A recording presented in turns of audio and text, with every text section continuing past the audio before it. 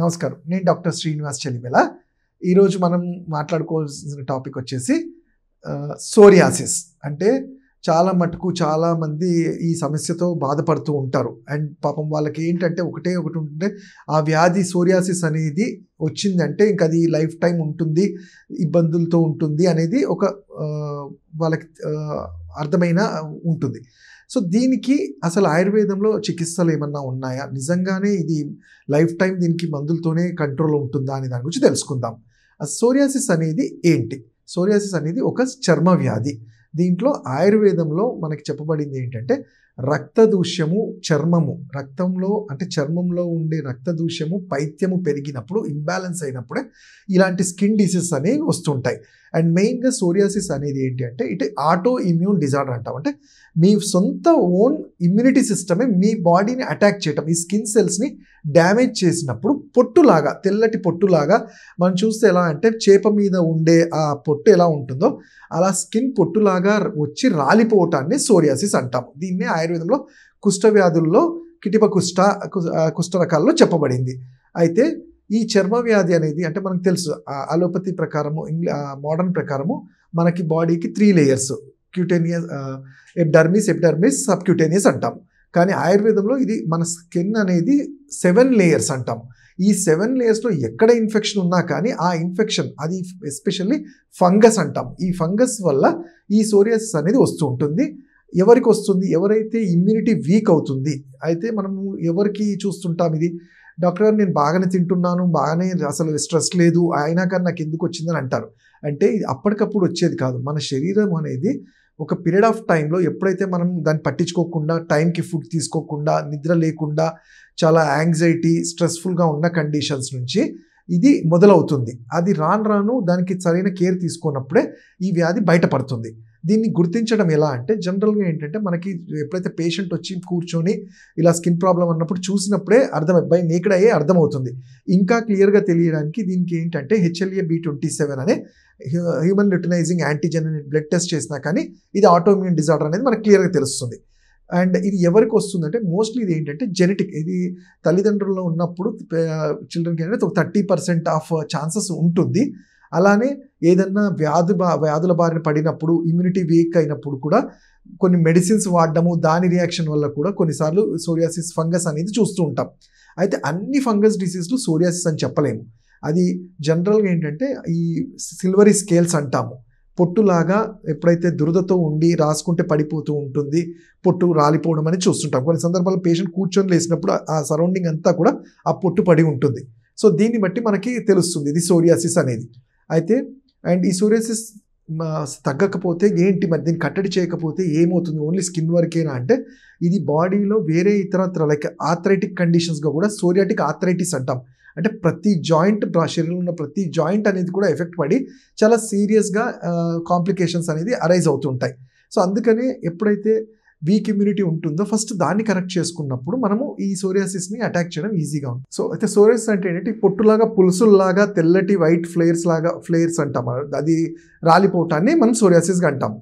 అయితే నేను ఇంతకుముందు చెప్పినట్టు ఇది ఆటో ఇమ్యూన్ డిజార్డర్ అయినప్పటికీ మనం చూస్తుంటాం జనరల్గా అడిగే క్వశ్చన్స్ ఏంటంటే డాక్టర్ గారు మరి దీనికి మెడిసిన్స్ ఏంటి, లైఫ్ లాంగ్ వాడాలా అంటే ఇక్కడ కొన్ని మనం తెలుసుకోవాల్సింది అంటే మీ ఇమ్యూనిటీ మనం సరిగ్గా చేసుకోగలిగితే కొన్ని సందర్భాల్లో బాడీయే వాటిని అరెస్ట్ చేయడానికి ఛాన్సెస్ ఉంటుంది. కానీ లాంగ్ రన్లో తప్పకుండా ఆయుర్వేద ఔషధాలు కొంచెం ఓపిక్గా వాడుకోగలిగితే లోపల నుంచి ఈ క్లిన్జింగ్ అనేది ప్రాపర్గా జరిగితే, అయితే ఆయుర్వేదం ఎప్పుడైనా బిలీవ్ చేసేది అంటే శమన శోధన అంటాం. అంటే మన లోపల నుంచి బాడీలో మలినాన్ని క్లియర్ చేసుకుంటేనే ఏదైనా ఔషధం ఇచ్చినప్పుడు అది పర్ఫెక్ట్గా పనిచేస్తుంది. సో అలాంటప్పుడు మేము ఎంచుకునే ఆయుర్వేదంలో దీనికి ఈ సోరియాసిస్కి దీని లక్షణాలు ఏంటి అని చూసుకుంటే ఏంటంటే ఫస్ట్గా చూస్తే అంటే కారణం చూసుకుంటే మనం చెప్పినట్టు auto immune disorder.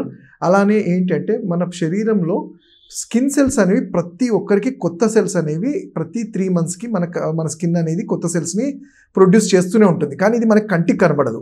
But psoriasis పేషెంట్లో ఏంటంటే ఈ 3 నెలలకు వచ్చే కొత్త సెల్స్ అనేవి ప్రతి 2 రోజుకి కొత్త సెల్స్ రావడం, ఈ పాతవన్నీ కూడా పొట్టులాగా రాలిపోవడం చూస్తుంటాం. ఇదే సోరియాసిస్. ఇవి కొన్ని సందర్భాల్లో డ్రై సోరియాసిస్ అంటాము. కొన్నిసార్లు పస్ అనేది కూడా వాటర్ డిశ్చార్జ్ కూడా ఉంటుంది. బాగా ఇచ్చింగ్ కూడా ఉంటుంది. దీని లక్షణాలు చూసుకుంటే ఇచ్చింగ్ ఉంటుంది, మంట ఉంటుంది. కొన్ని సందర్భాల్లో సోరియాటిక్ ఆర్థరైటిస్లో జాయింట్ పెయిన్స్ కూడా చూస్తూ ఉంటాం. అయితే దీన్ని ఆయుర్వేద పరంగా మరి ఎలా ట్రీట్మెంట్స్ ఇస్తాము అంటే, ఇది ఒక పైత్యానికి రిలేటెడ్. పైత్యం అంటే బాడీలో హీట్ అనేది అబ్నార్మల్గా జనరేట్ అయినప్పుడు, బ్లడ్లో pH వాల్యూ డిస్టర్బ్ అయినప్పుడు అది స్కిన్ సెల్స్ని ఎఫెక్ట్ చేస్తుంది కాబట్టి దీన్ని పైత్య డిజార్డర్ కింద చూస్తాం. కొన్ని సందర్భాల్లో వేరే ఇతరత్ర దోషాలు, వాతము, కఫం కూడా యాడ్ అవుతుంది కాబట్టి ఇవి 3 వాతపైత్య కఫాలు 3 ఇంబ్యాలెన్స్ అయినప్పుడు ఇవి అది చూస్తూ ఉంటాం. దీనికి ఆయుర్వేద పద్ధతిలో నేను ఇంతకుముందు చెప్పినట్టు శమన శోధన అంటే లోపల నుంచి క్లిన్జింగ్ చేయడానికి మేము ఎంచుకునే పద్ధతి వీరేచన క్రియ అంటాం. అంటే కొన్ని మెడికేటెడ్ ఘృతాలు, ఆవు నెయ్యిలో ఆ మందుల్ని కలిపి అది తాగించడం, వారం 10 రోజులు తాగించిన తర్వాత కొన్ని ఔషధాలు, వీరేచన ద్రవ్యాలు అంటాము, అవి ఇవ్వటం వల్ల కంప్లీట్గా ఈ ఇంటెస్టైన్స్ అనేవి క్లీన్ అవుతుంది. అంటే ఒక ట్యూబ్లో మనం వాటర్ వేసి ఎలా క్లీన్ చేస్తామో అలా ఈ వీరేచన క్రియ ద్వారా క్రియేట్ చేస్తాం. ఇంకొన్ని సందర్భాల్లో తక్రధారము అంటాము.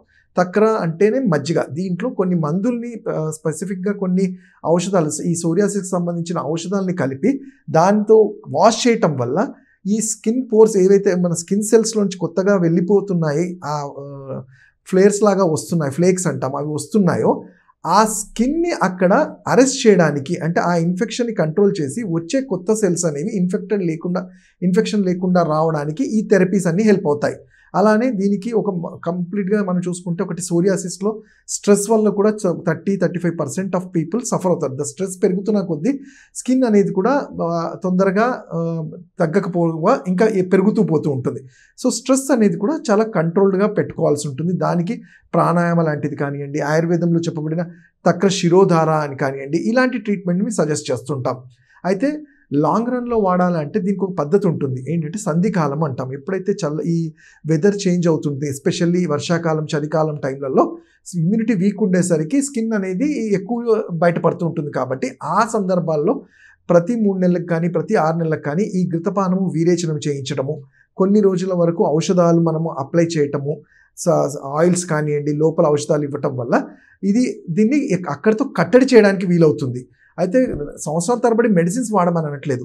ఈ సంధికాలంలో ఎప్పుడైతే ఇమ్యూనిటీ వీక్ అవుతుందో ఆ టైంలో ఆ 15 రోజులు, 2 నెలల రోజులు కొన్ని ఔషధాలు ఇవ్వటం వల్ల ఇది మళ్ళీ రాకుండా, వచ్చిన సివియారిటీ లేకుండా తప్పకుండా పేషెంట్స్కి చాలా హెల్ప్ఫుల్ అవుతుంది.